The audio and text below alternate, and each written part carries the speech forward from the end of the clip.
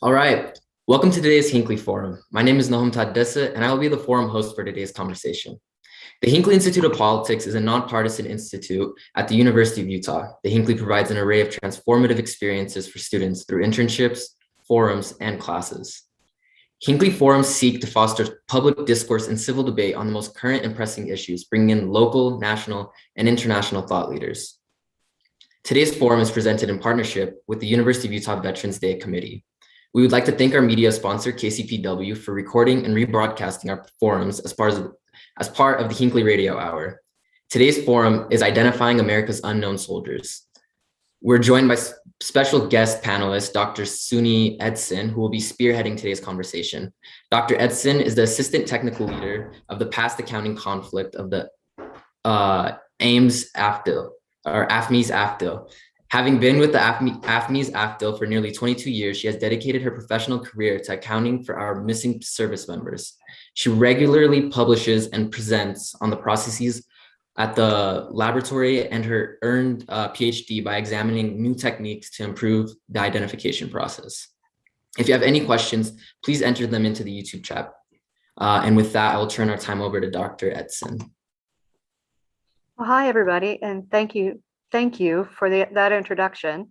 I'm going to share my screen, so just give me one moment, please.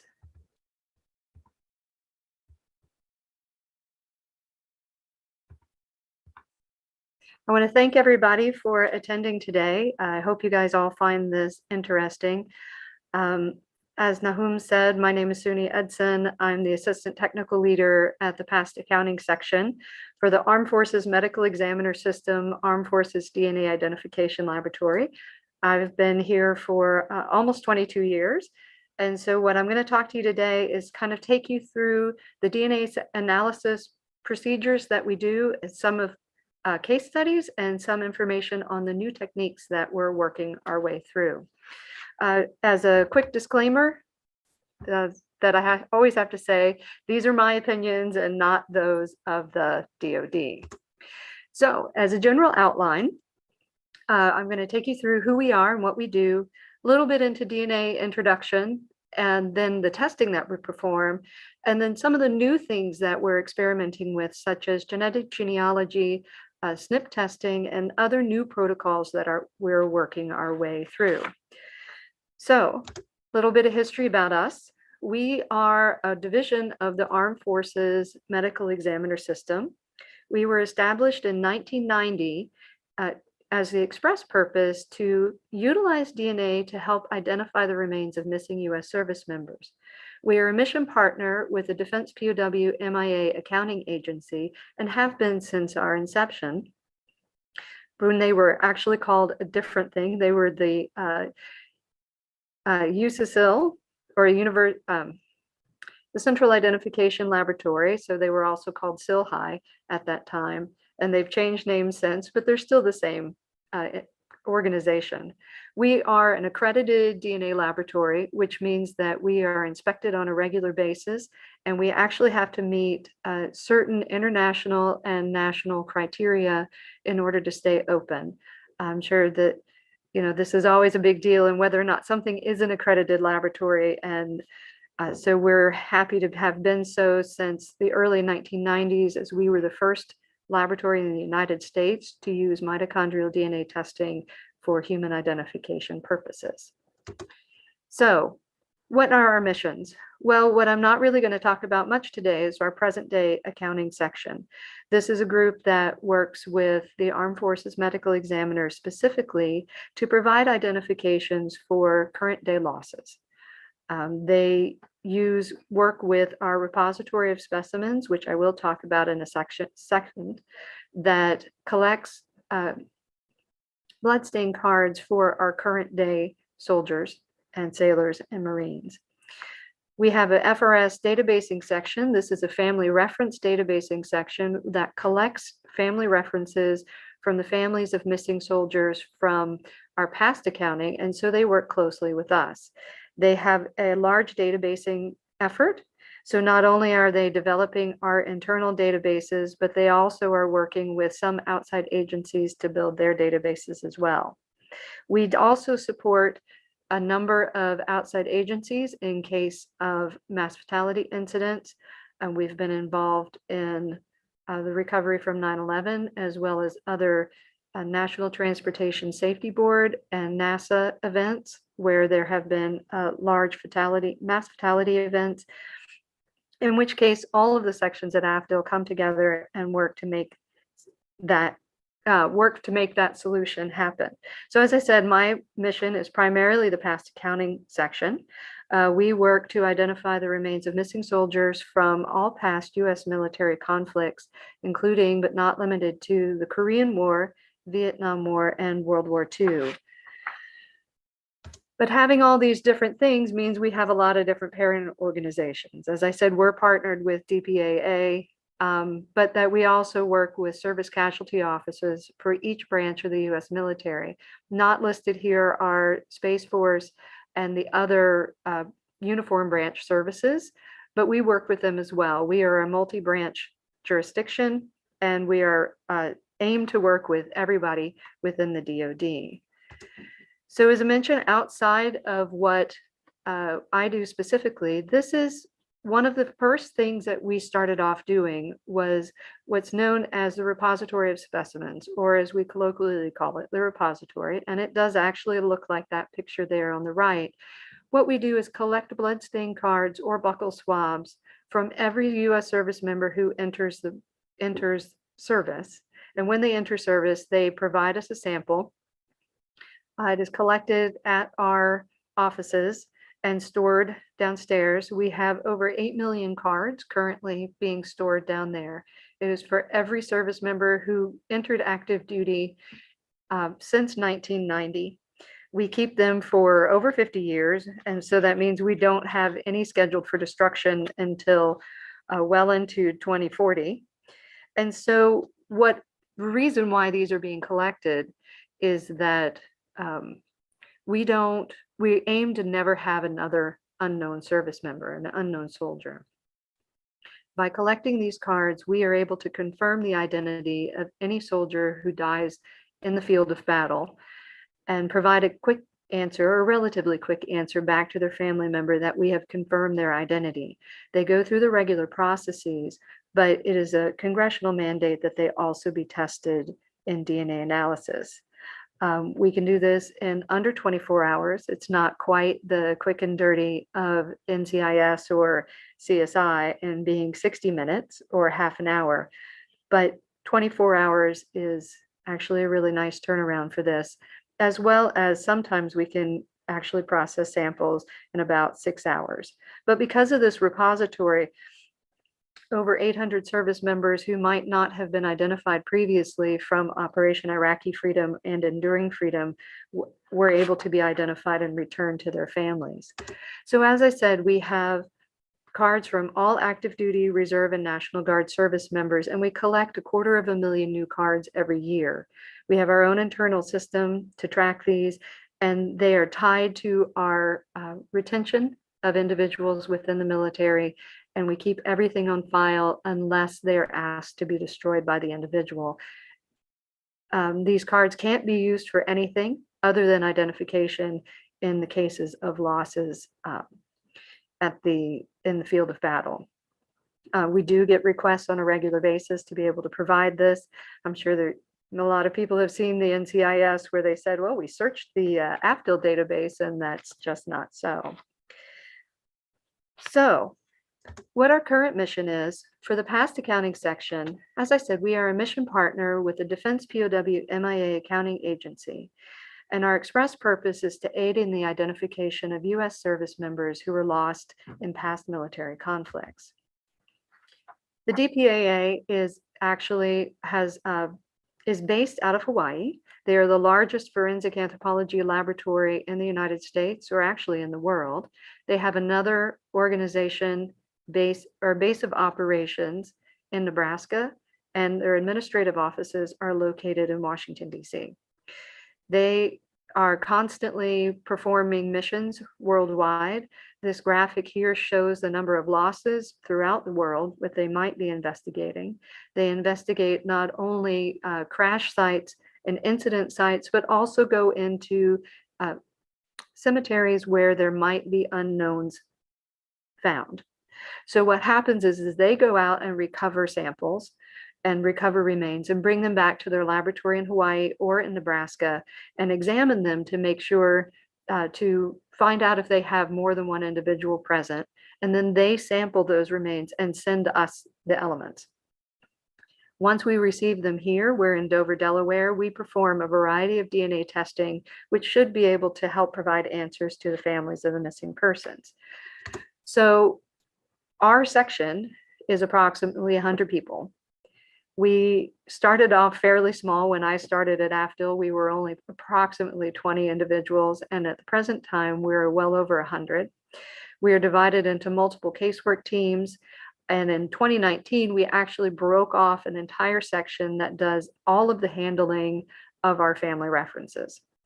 They take care of everything for us so that we don't have to worry about it. We can concentrate on processing of the skeletal materials that we receive.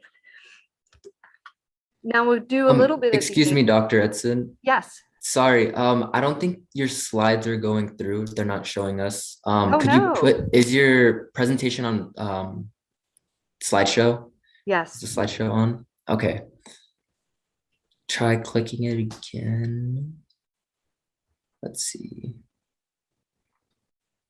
There we go. How's that? Try going through it. There we go. That okay. looks good. Sorry, guys. I didn't mean for that to happen. Sorry. I think I said to people when I started, this is the first time I've done a Zoom presentation, so you'd think I would have gotten some practice at it before now, so I apologize for that. Is that working, Nahum? Is that yes, okay? it looks good now. Okay, thank great. you. Sure. So what we're going to talk a little bit about the different types of DNA testing that we do.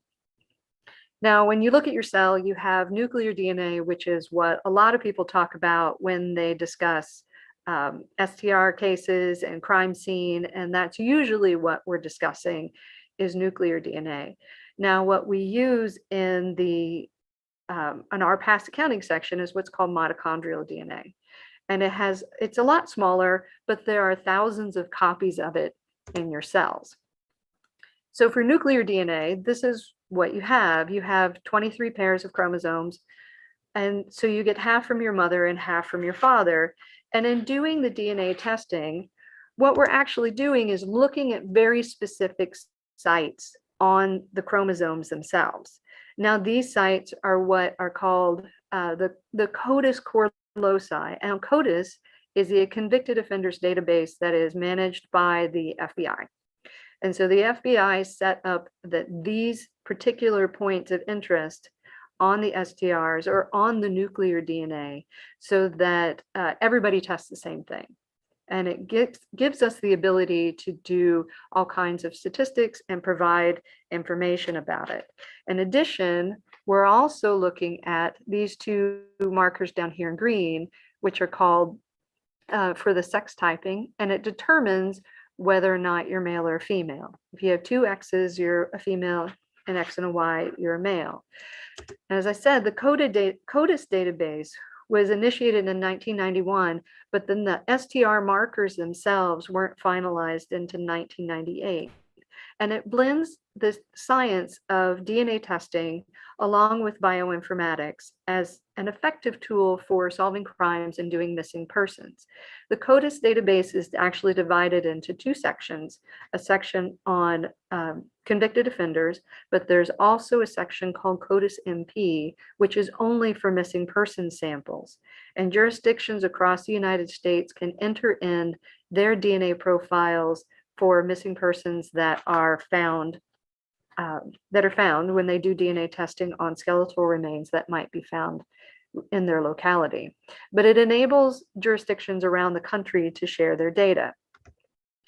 Now, recently what they did was they actually requested a change in the core loci, not a change in the loci themselves, but to be able to expand the number tested. And so that gives us a lot more information. And it's kind of the expectation that you can generate this data from a single kit. Now, this slide here shows the ones in yellow are the original loci. whereas the ones in green are the new ones.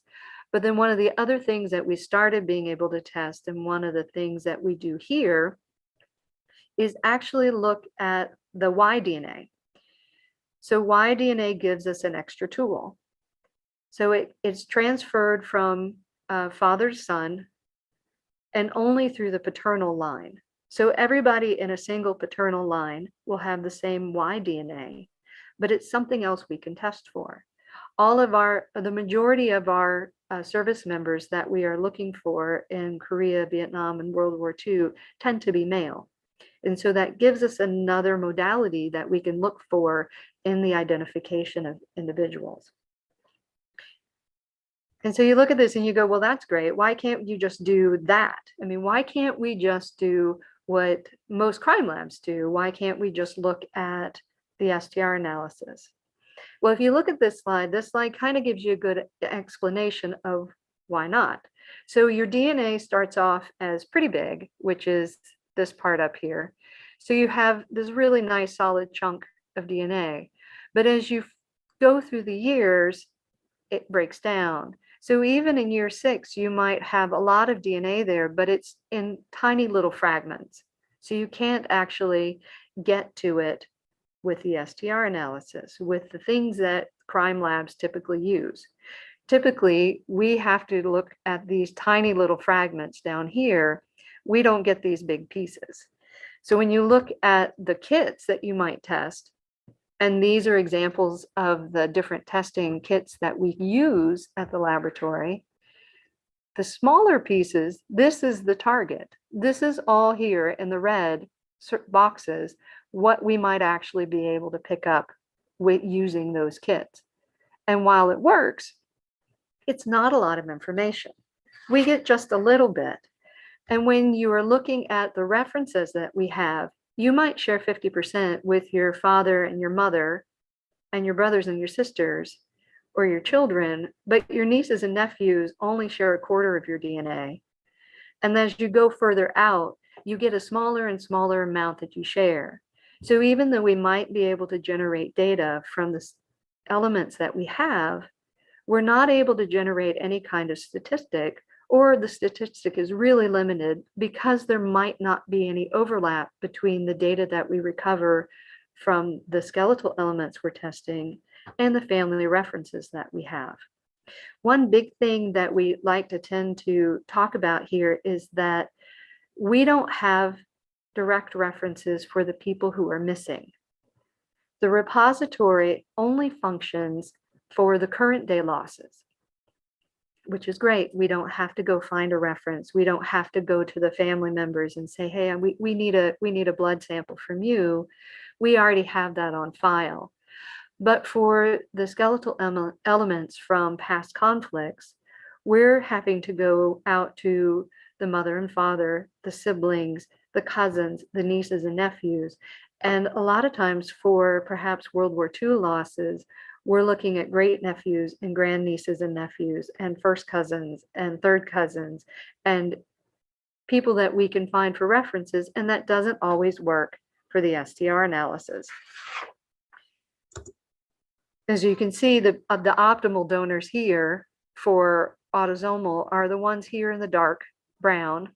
And then as you go further out in the green and further out in the blue, and if you're looking for YSTRs, these are all the male individuals in the population. It gives us more people we can look for because it's what's known as a lineage marker.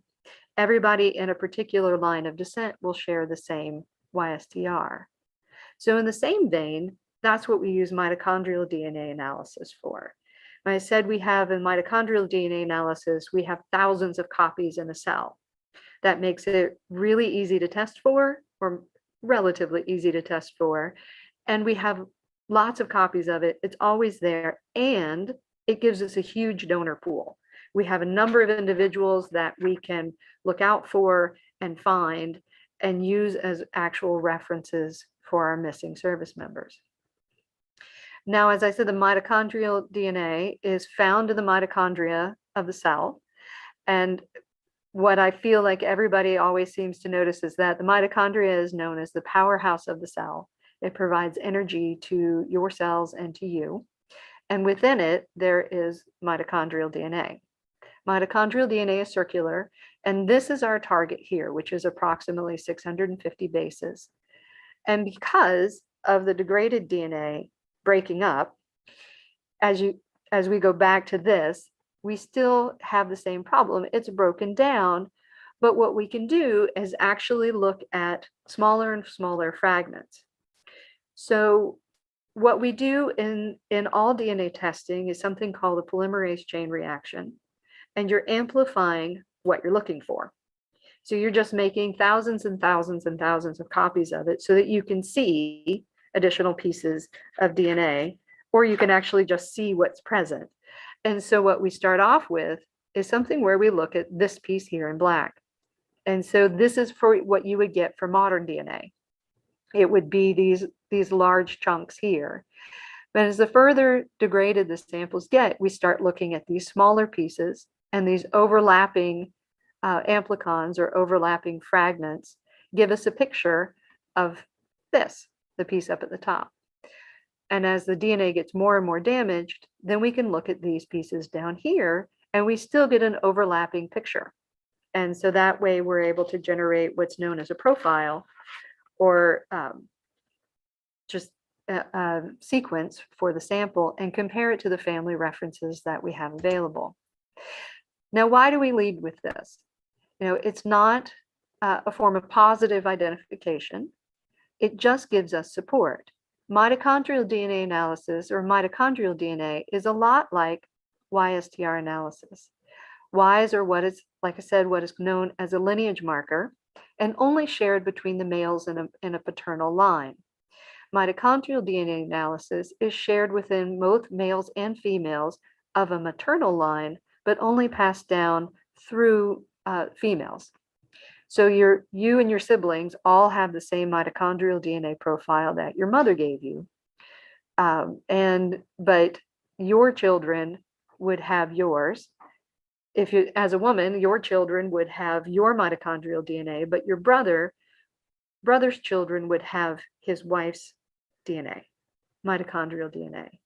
And so it makes it becomes a little tricky, just in that a lot of times people will want to donate saying that they're a female in the line and they'd like to be able to provide us with a reference sample. But paternal nieces came down through a different maternal lineage than what we're looking for as a reference for a missing person. But so mitochondrial DNA, because there are thousands of copies of it, give us a lot of chances of being able to provide a DNA profile. As the samples degrade, we're still able to get answers out of mitochondrial DNA, and that we can use STR analysis towards the end of the process instead of the beginning of the process to be able to segregate samples and to hopefully increase our statistical significance of our identifications. Now, what we do is we take in hundreds of samples from DPAA. They send us several hundred samples a month. We are constantly processing samples as they come in and as they are prioritized by the scientists at DPAA. And we can typically process a single sample within 30 to 55 days. The fastest we've ever done one for mitochondrial DNA analysis is about 6 days. And if you look at this, we are actually doing a lot of different types of testing. The yellow and green are mitochondrial DNA analysis, just different ways of testing. And over the years, it starts on the left in 14, and FY21 is all the way on the right. We are still maintaining our testing in mitochondrial DNA analysis. And so we're trying to balance testing a number of different things and having a good success at it.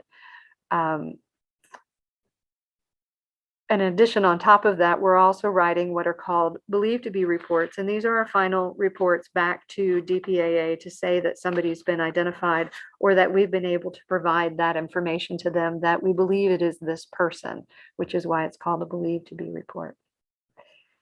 Now, I wanted to take you through a couple of case studies as we're going through the rest of the slides. So this year is the 80th anniversary of the attack on Pearl Harbor. So as I'm sure a lot of people know in 1941, there was the attack on Pearl Harbor during World War II, in which the USS Oklahoma was torpedoed and sunk in Pearl Harbor. And what happened was it rolled as the ship was struck by torpedoes. It rolled over to its side. Instead of sinking straight to the bottom, it rolled over and it trapped 429 sailors and Marines inside the ship. The ship remained in Pearl Harbor for 2 years before it was righted and the remains were able to be recovered. So when the remains were recovered, they were interred in 2 cemeteries in Hawaii and then left there for approximately another 8 years. Now, one of the curious things about the USS Oklahoma is that when the ship rolled, the belly of the ship filled with fuel oil. The Oklahoma itself was one of the first ships, BB-37, which was designed to run on modified fuel oil. It was not a coal-fired ship. It was one of the only ships at the time that was able to run on fuel oil. And so the remains were kept within fuel oil and salt water, which both preserved and contaminated the samples with fuel oil. So the remains were disinterred again from the first time were disinterred from the cemeteries in 1947. And what they were trying to do was make an identification. Dr. Mildred Trotter was in charge of this attempt. Samples were taken out and there was an attempt to identify a number of individuals. But ultimately she was told that this could not be so and that they had to rebury everyone. So instead of individualizing everybody, they put them together in 65 different coffins and buried them in what is known as the Punch Bowl in Hawaii, but the official name is the National Memorial Cemetery of the Pacific. It is called the Punch Bowl because it is found within this crater of an extinct volcano, and it's right in the middle of downtown Honolulu. So when the samples were brought to us for initial testing, it was found that there was rather extensive commingling.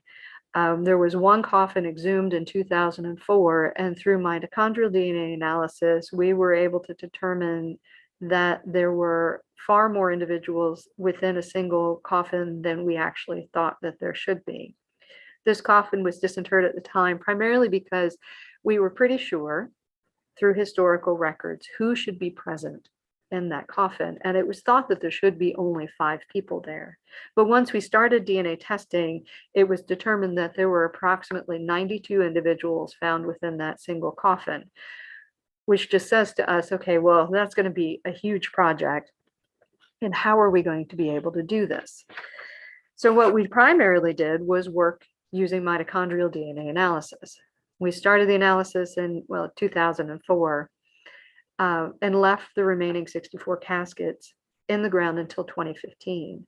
So once they were all disinterred, that was approximately 5,000 samples that we tested and had to go through a lot of sorting. So not only did we do mitochondrial DNA analysis, but we went back and tested with STRs and everything that we had in our toolkit in order to provide identification efforts.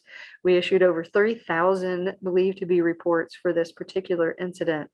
And now we've finally at the completion of it. And on December 7th of this year, everyone remaining, all the group remains, will be returned to Hawaii for burial and a ceremony on December 7th. So I think hopefully some of what I've been able to tell you is, an answer to this question, why does it take so long? Well, for the most part, it's just not simple.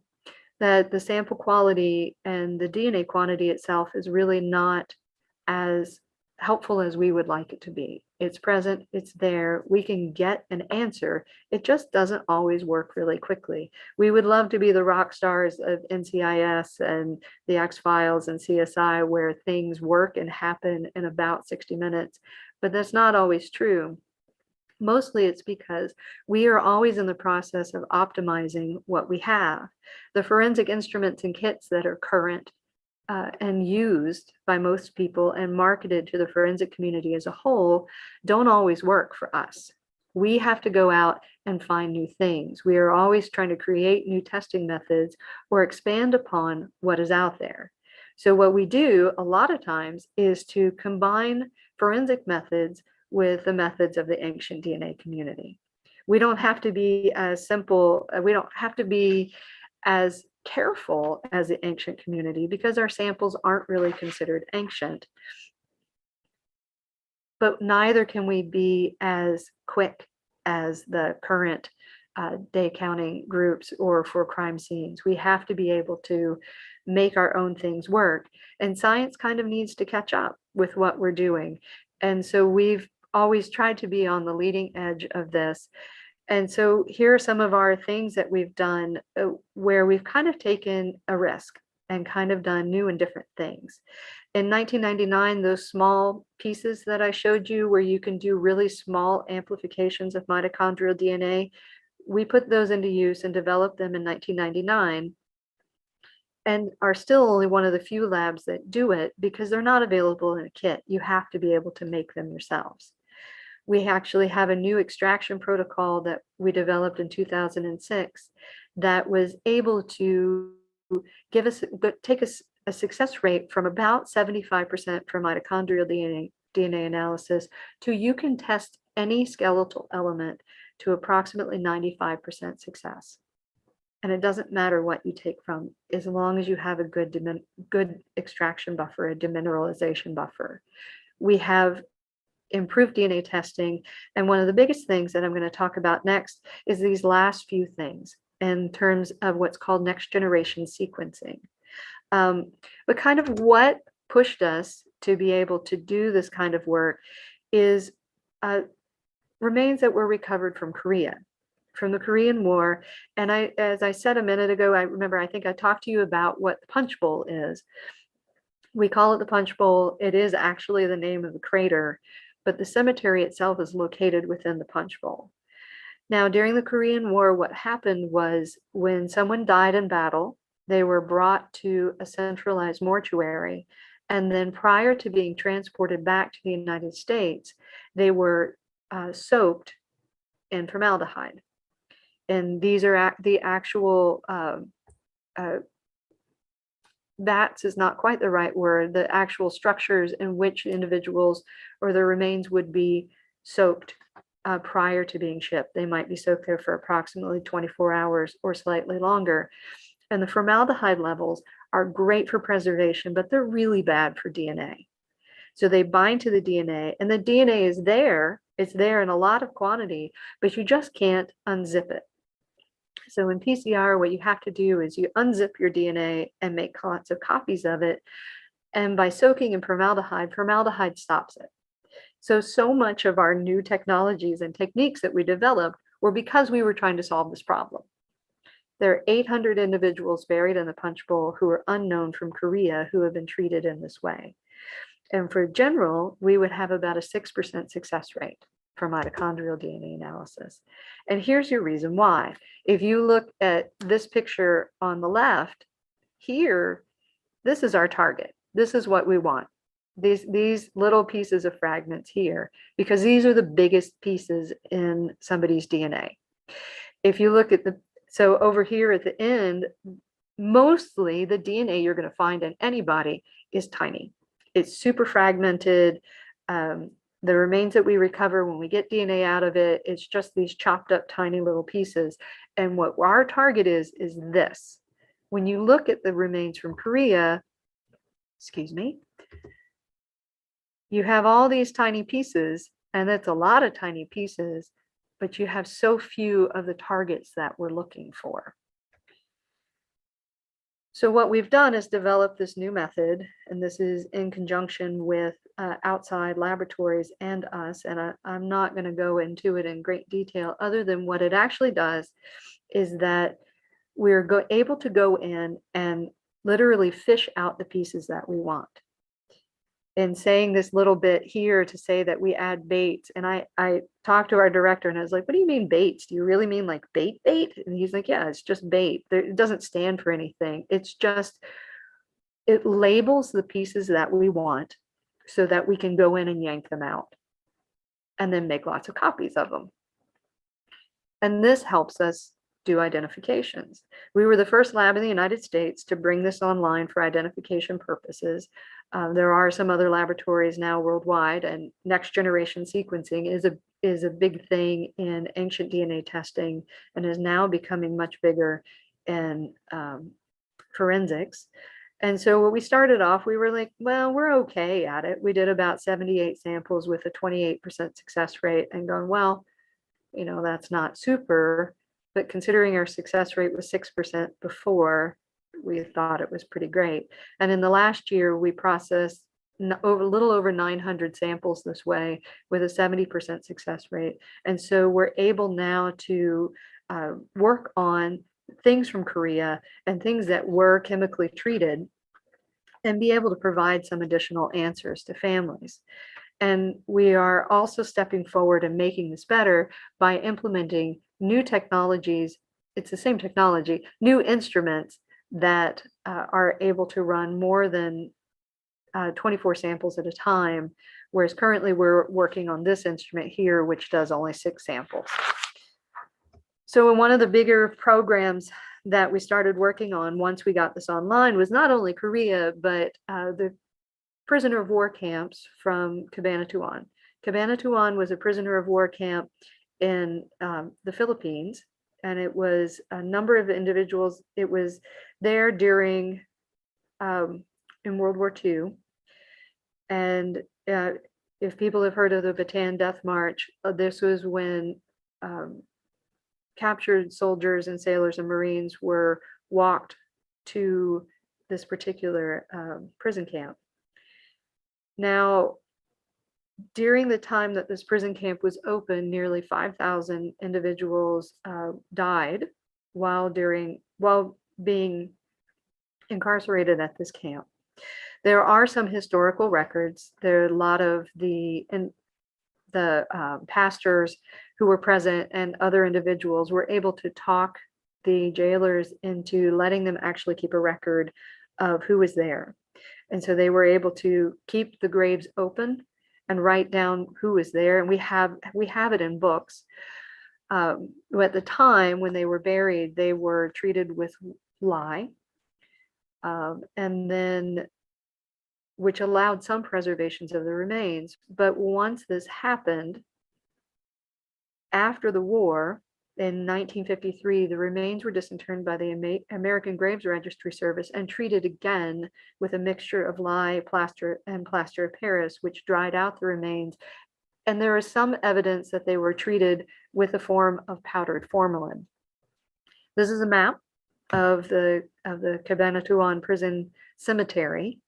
There are over 1,000 graves, and as I said, approximately a little over 5,000 people. And so, and this just, what I'm trying to show you is some of the scope of the issue here. This little blue circle is what is known as Common Grave 225. We had 15 individuals who were believed to be present in there, in this set of remains, in this particular grave. However, what happened was when the American Graves Registry dug everybody up, they noted what grave they recovered them from because they had this map. But there is some evidence of commingling, not only within the grave itself, but between the different graves and between the adjacent graves. So when we started doing the DNA testing, we found that there are a minimum of 27 individuals present in there when we thought there were only 15. So here we had hoped that NGS would be able to provide us with a way to make these identifications quick and easy, in particular in this particular situation. Because there were 5,000 people, we wanted to be able to use next generation sequencing to give us a little bit more information and make it a little bit quicker. But now that we found that the commingling is fairly extensive, and as you can see, here's our infographic on how that is and what the degree of commingling is. Each column represents what we thought was one person. but each color represents a different mitochondrial DNA sequence. So you can see there's a huge amount of commingling in there, which was clearly unexpected for us. These lighter gray are actually the ones that didn't work. But like I said, it's become much more of a problem than we thought it was, and is a constant source of puzzlement on our part. So we've started looking at other ways to identify individuals. Because we come up with things like this, we need to be able to work quicker and faster. And I know a lot of people are interested in forensic genetic genealogy, but I know I'm also getting close to the end of my time. So we will talk about this a little bit, because this is not something we really do, but it's something that we're really interested in. And so what we've been able to do is kind of modify forensic genetic genealogy or investigative genetic genealogy into something that we can use. And so what people want in this kind of field is they really want to know who you're related to and what potential medical issues you might have and what your heritage is. And so there's a number of different commercial databases out there. And this technique really came to the forefront in 2018 with the capture of the Golden State Killer. Now, what happened was somebody at a crime scene, or the different CSI people, saved some of the DNA kits and for the rape kits that were collected during this individual's crime spree. So he was wanted for a series of murders, rapes, and burglars. And for a long time, there was a suspicion that he was not, it wasn't just one person. He was known as the Golden State Killer, the Real Night Stalker, and a number of different other names. But the crime scene people kept a lot of the samples. And so by keeping them, DNA technology eventually was able to catch up. They submitted samples for this kind of testing, which is the forensic genetic genealogy testing, and then uploaded it to GenMatch, and were able to identify potential subjects, which led to the capture of Joseph DeAngelo. So a lot of laboratories now really want to be able to use this for criminal DNA analysis. But what turns out is it's not necessarily as simple as we'd like it to be. There are a lot of steps that you have to go through first. Whereas you have an STR profile, you submit it to CODIS, it doesn't hit, and so then the case goes cold. But then you can send that DNA out now to these outside testing laboratories, and they generate what's known as a single nucleotide polymorphism profile. I know, I keep mentioning different acronyms. This is when you look at your DNA, you're looking at thousands of single points of interest on your DNA. And these are inherited in the same way that the STRs are. And so it makes it possible to identify relatives of the perpetrator or the perpetrator himself. But those relatives have to have stuff in the commercial database. And that just gives you a lead. You have to also then use a genetic genealogist to go search records and find out who that person is. And then it also takes the police investigators have to go run down the leads. So like I said, you're looking at hundreds of thousands of these single points of interest. And while they're great, it really just shows you whether or not you're closely related to somebody. If you look here, if this is your grandmother and grandfather, and then all you're sharing are these little blocks, which get passed down through the line, and it requires a lot of bioinformatics to get this information. So a lot of the roadblocks to this is that some databases actually prohibit searching. Some of the biggest databases in the world prohibit searching for law enforcement. Some do, but you can opt in or opt out. So what we entered into was to do this type of testing, the SNP testing, with an outside laboratory. Parabon Nanolabs, we developed this protocol. The project was just recently finished, and we're currently undergoing validation processes so that we can meet our accreditation standards. Remember, I mentioned that at the beginning that we're an accredited laboratory. Well, all of our standards and all of our testing have to live up to the standards put forth by the FBI and these outside agencies before we can use it for casework. So we use their platform to be able to compare all of this information and come up with potential matches. But unlike, skip that, unlike the agencies, unlike crime scenes, what we're actually doing is we're just comparing it to people that we already have in the database. We're not putting it out there to anybody else. We're just searching our databases internally. And so that's how we're using this kind of technology. And so we've also developed, with the help of Parabon and other laboratories, what we call a dynamic model, because this doesn't always work really well with bone samples. So the skeletal materials we have, it's damaged. And even though we're looking at just tiny, tiny points, we may not get very many of them. Our average is only about 1,200. In this particular example, we got 1,000 samples out of 150,000. So we were able to get 10,000 or 1,095 points of interest out of a potential 15,000 SNPs. And so if you typically do it, if you ran it through, this is an actual test that we ran. If you run it through just going, well, we only have 1,000 out of 15,000, nothing matches and we get no answer. But if we run it through the system where we are only looking at who overlaps in these 1,100 points of interest, we were actually able to pick out the correct individual.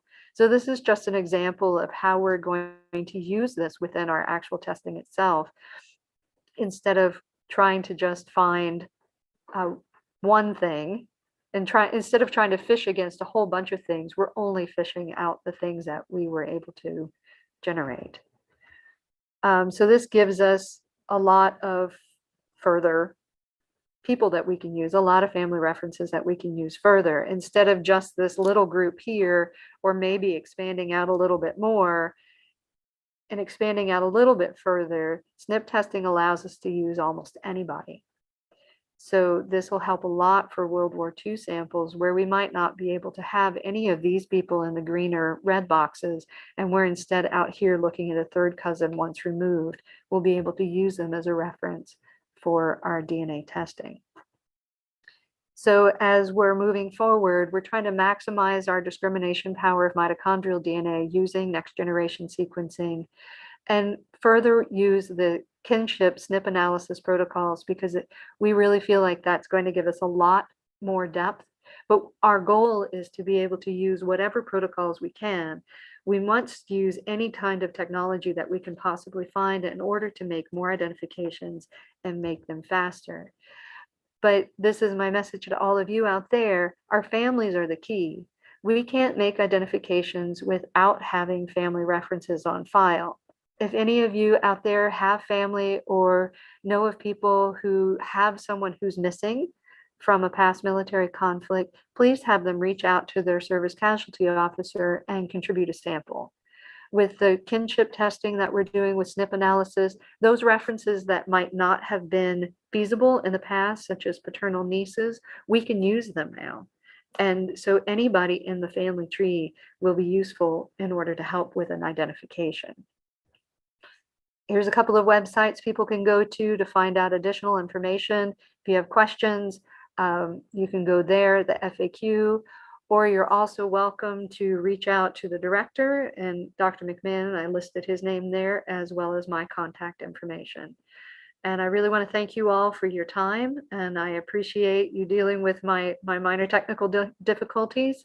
And if anybody has any questions, I believe we're taking them through YouTube. So thank you, everybody. Thank you so much, Dr. Edson. I know I learned a lot from your presentation. Great.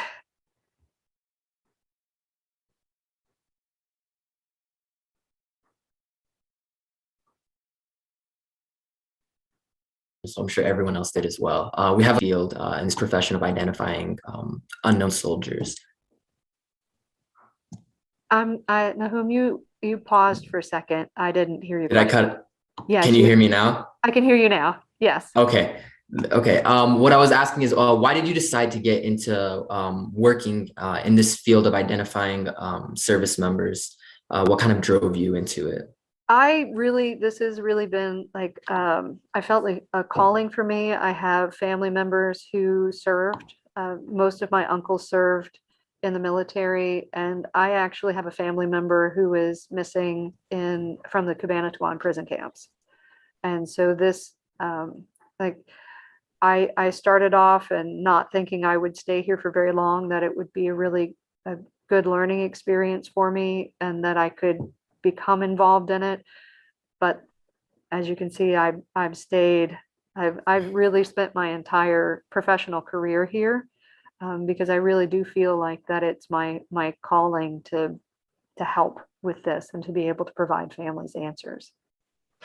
So thank you so much for your answer. I think you can really tell like you're passionate about the stuff that you do every day, and helping families, find closure is really important, I believe. I'm going to mix a couple questions I have here. Okay. One of them is, what projects are you most proud of being a part of? And the other is, throughout like your work and the studies and projects that you've done, what are some discoveries that you've made that have helped further the field of genetics? In general, in projects, I'm very proud to be part of the Uss Oklahoma work. Like, that means a lot to me, that I've been able to be part of that. We were also part of the return of remains from North Korea a few years ago, and that made a huge difference. I'm really glad to have been part of that and be able to bring that attention to people. I will say Cabana Tuwan prison camps are kind of my, obsession is not the right word, but I'm really proud of being a part of that. Before I knew I had a family member who was there, my mother and I did the Bataan Death March Marathon in White Sands, New Mexico, and got to meet a lot of survivors. And so that having that personal connection to it, being able to talk to those survivors and veterans from that particular incident, I am very proud to be part of trying to figure out who everybody is there and return them to their families, because I think that's very important and meaningful to the survivors as well. In terms of what my contributions are, I'm really proud of having done a lot of work on how to improve DNA extraction protocols.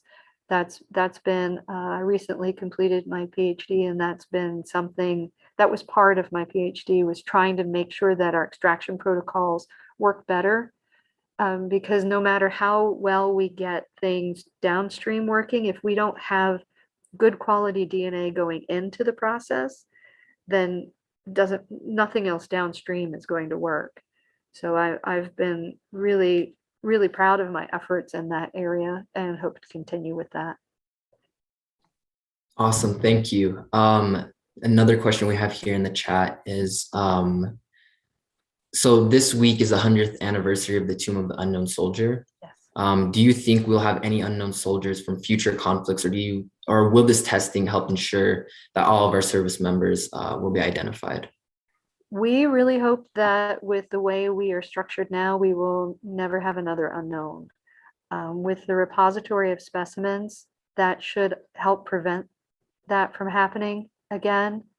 And we should have references on file for everybody that is currently in the military. By having that repository, we were able to identify a lot of individuals from Iraqi freedom and enduring freedom who might not have been identified at the time.